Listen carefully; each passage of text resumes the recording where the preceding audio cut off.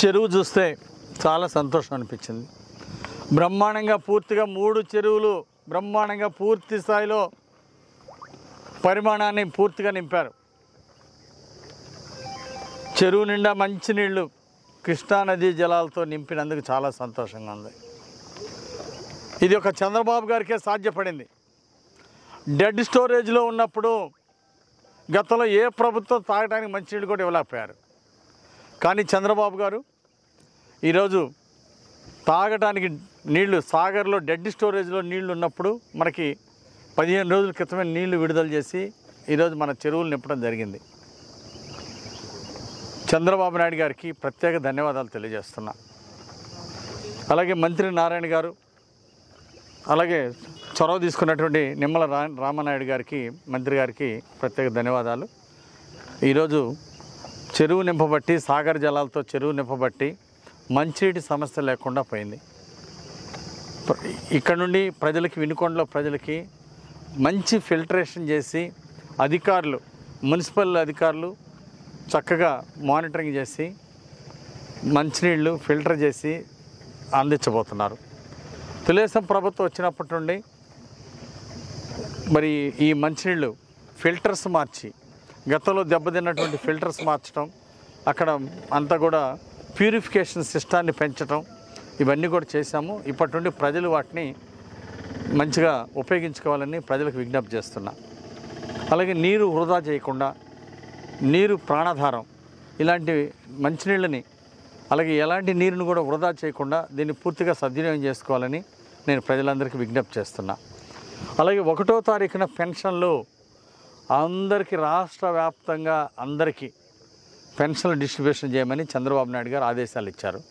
మన వినుకొండ ప్రాంత ప్రజలు, పల్నాడు జిల్లా ప్రజలందరూ కూడా దయచేసి ఆ రోజు ఇళ్ల దగ్గరే ఉంటే 1వ తారీఖు పెన్షన్ డిస్ట్రిబ్యూషన్ జరిగిద్ది.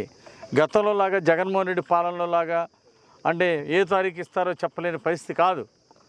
ఈరోజు రాష్ట్రాన్ని 10 లక్షల కోట్లు అప్పులు అప్పచెప్పిపోయిన జగన్మోహన్ రెడ్డి గారు ఆ రోజు చూసాం. సకాలంలో పెన్షన్లు ఇవ్వలేని జగన్మోహన్ రెడ్డిని చూసాం. ఈరోజు చంద్రబాబు గారు 1వ తారీఖే ఎంప్లాయీస్కి జీతాలు ఇచ్చిన విధంగా ఈరోజు పెన్షన్దారులందరికీ కూడా 1వ తారీఖు ఆన్ డాట్ పెన్షన్లు డిస్ట్రిబ్యూట్ చేయబోతున్నారు. ఈ అవకాశాన్ని అందరూ కూడా సద్వినియోగం చేసుకోవాలని చెప్పి నేను కోరుతున్నా. అందరూ కూడా 1వ తారీఖు తప్పనిసరిగా ఇళ్ల దగ్గరే ఉంటే అందరూ వచ్చి పెన్షన్లు అన్నీ కూడా మార్నింగ్ నుండి ఈవినింగ్ లోపు అందరికీ ఒకే రోజు అందరికీ డిస్ట్రిబ్యూట్ చేస్తారు 100%. ఈ అవకాశాన్ని లబ్ధిదారులందరూ, పెన్షన్ లబ్ధిదారులందరూ ఆ 1వ తారీఖు ఎక్కడ వెళ్లకుండా ఊళ్ళోనే ఉండి దీన్ని అందుకోవాల్సిందిగా నేను విజ్ఞప్తి చేస్తున్నా. తర్వాత ఈనాడు ప్రభుత్వ పథకాలు మంచి పేర్లు పెట్టారు. విద్యాశాఖ మంత్రి నారా లోకేష్ గారు జగనన్న విద్యా కానుక పేరుతో ఉన్నటువంటి గతంలో ఉన్నటువంటి పథకానికి ఈరోజు సర్వేపల్లి రాధాకృష్ణ విద్యా కానుకగా ఈరోజు నామకరణం చేయటం ఎంతో అభినందనీయం. డాక్టర్ సర్వేపల్లి రాధాకృష్ణ మనకి రాష్ట్రపతిగా ఒక ఉపాధ్యాయ వృత్తి నుండి వచ్చి భారతదేశం గర్వించదగ్గటువంటి గొప్ప రాష్ట్రపతి అయ్యారు వారు. సో దేశ ప్రథమ పౌరుడిగా అయ్యారు.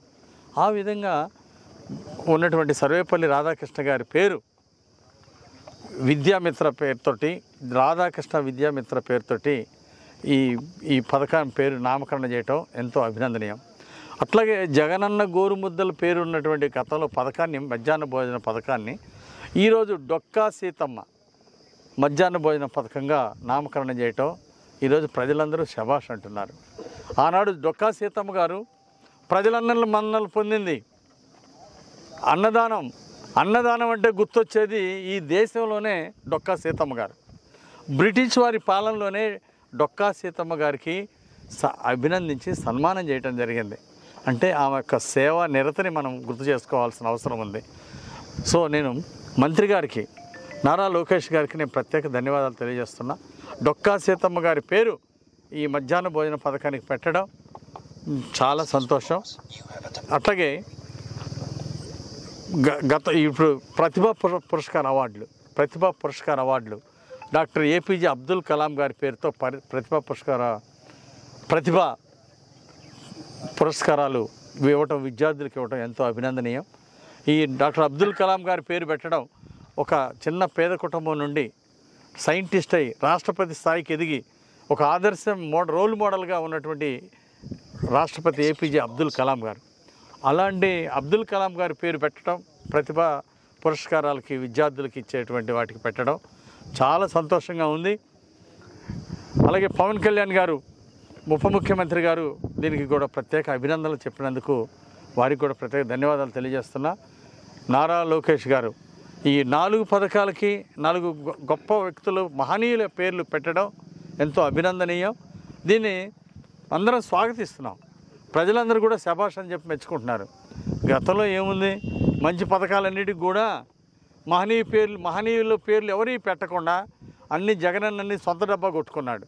ఏమండి, ఈ రాష్ట్రానికి ఒక్క అవకాశం అంటే కూడా ప్రజలు నమ్మి గెలిపించి ముఖ్యమంత్రి చేస్తే లక్షల కోట్లు లూటీ చేసినటువంటి ఆయన జగన్మోహన్ రెడ్డి మంచి పథకాలకు ఏం మంచి పని చేశాడు? ఒక్క మంచి పని చేశాడా జగన్మోహన్ రెడ్డి? రాష్ట్ర సంపద కొల్లగొట్టినటువంటి జగన్మోహన్ రెడ్డి ఆ పథకాలకి ఎడ్యుకేషన్ డిపార్ట్మెంట్లో ఉన్నటువంటి పథకాలకి ఆయన పేర్లు పెట్టుకోవడం చాలా సిగ్గుసేటు. గతంలో ఈరోజు ఆ చెత్త పేర్లన్నీ తీసేసి మహనీయుల్ని స్మరించుకుంటూ విద్యార్థులకి ఒక స్ఫూర్తిని నింపుతూ డొక్కా సీతమ్మ గారి పేరు, మరి డాక్టర్ సర్వేపల్లి రాధాకృష్ణమూర్తి గారి పేరు, అలాగే ఏపీజే డాక్టర్ అబ్దుల్ కలాం గారి పేరు, ఇవన్నీ పెట్టి మహనీయుల్ని గుర్తు చేసుకోవడం అనేది చాలా మంచి సాంప్రదాయం. దీనికి నారా లోకేష్ గారిని హృదయపూర్వకంగా ధన్యవాదాలు తెలియజేస్తూ, విజయసాయిరెడ్డి అని ఒక ఎంపీగా చిత్తుగా ఓడించిన వీడు నోరు అదుపులో పెట్టుకొని మాట్లాడాలా? నోరు తెరిస్తే అబద్ధాలు, గ్లోబల్ ప్రచారాలు, చాలా నీచమైన బతుకు మీరు బతికేది. నోరు తెరిస్తే ఆ జగన్మోహన్ రెడ్డి అంతే, ఈయన విజయసాయిరెడ్డి అంటే నోరు తెరిస్తే అబద్ధం లేకుండా, అసత్యాలు మాట్లాడకుండా వాళ్ళు ఒక గంట కూడా, ఒక నిమిషం కూడా మాట్లాడలేని దుస్థితిలో ఉన్నారు. ఇంకా మీ మాటలు ఎవరు నమ్ముతాడా? కులాల సాంప్రదాయం మీరు చేశారు, తెలుగుదేశం ప్రభుత్వం ఏ రోజు చేయాల? అందున పదవులు ఇచ్చినా, నామినేటెడ్ పదవులు ఇచ్చినా, కీలకమైన విధుల్లో అన్ని కులాలకి సామాజిక న్యాయం చేసినటువంటి ముఖ్యమంత్రి చంద్రబాబు నాయుడు గారు. కులానికి ఆయన దోచుకొని కులాలకి పెద్ద పెట్టేసి చేసిన ఆయన జగన్మోహన్ రెడ్డి. నేను అడుగుతున్న విజయసాయిరెడ్డిని, ఆ రోజు తిరుపతి దేవస్థానంలో సుబ్బారెడ్డిని చైర్మన్గా పెట్టారు.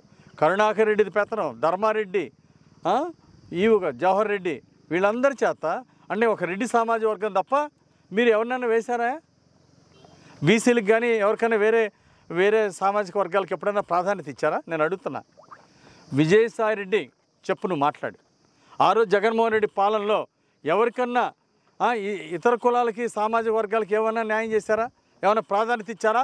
నామినేటెడ్ పోస్టులు కీలకమైనవన్నీ కూడా ఒక్క సామాజిక వర్గానికి ఇచ్చి మిగిలిన సామాజిక వర్గాలని వెన్నుపోటు పొడిచారు కాబట్టే, మీరు ద్రోహం చేశారు కాబట్టే మీకు అన్ని సామాజిక వర్గాలు గుణపాఠం చెప్పారు. చిత్తుగా ఓడించి గుణపాఠం చెప్పారు. విజయసాయిరెడ్డి ట్విట్టర్లో పెట్టేదాన్ని మూసుకోవాలా, దాన్ని చెరిపేసుకోవాలా, సారీ చెప్పాలా, ప్రజలకి క్షమాపణ చెప్పాలని నేను విజయసాయిరెడ్డిని డిమాండ్ చేస్తున్నా.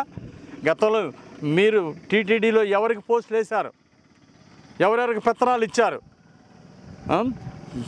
మొత్తం అందరూ కూడా జగన్మోహన్ రెడ్డి అనుచరులు, దోపిడీదారులు, మరి రెడ్డి సామాజిక వర్గం వాళ్ళు ఆ రోజు మీరు దోచుకున్నారు. ఈరోజు చంద్రబాబు గారి పాలనలో అన్ని కులాలకి సమన్యాయం చేస్తూ సామాజిక న్యాయం చేస్తున్నటువంటి చంద్రబాబు గారిని శభాష్ అని చెప్పేసి ఈరోజు ప్రజలు మళ్ళీ భారీ మెజార్టీతో గెలిపించారంటే 93% సీట్లు గెలిపించారు. ఈరోజు రాష్ట్రంలో ఎన్డీఏ సీట్లు గెలిపించారంటే దాన్ని ప్రజలు ఇచ్చినటువంటి తీర్పును గౌరవించమని నేను కోరుతున్నా. ఇలాంటి సోది ట్విట్టర్లు, పనికిమాలిన ట్విట్టర్లు పెట్టొద్దని చెప్పేసి విజయసాయిరెడ్డిని హెచ్చరిక చేస్తున్నా.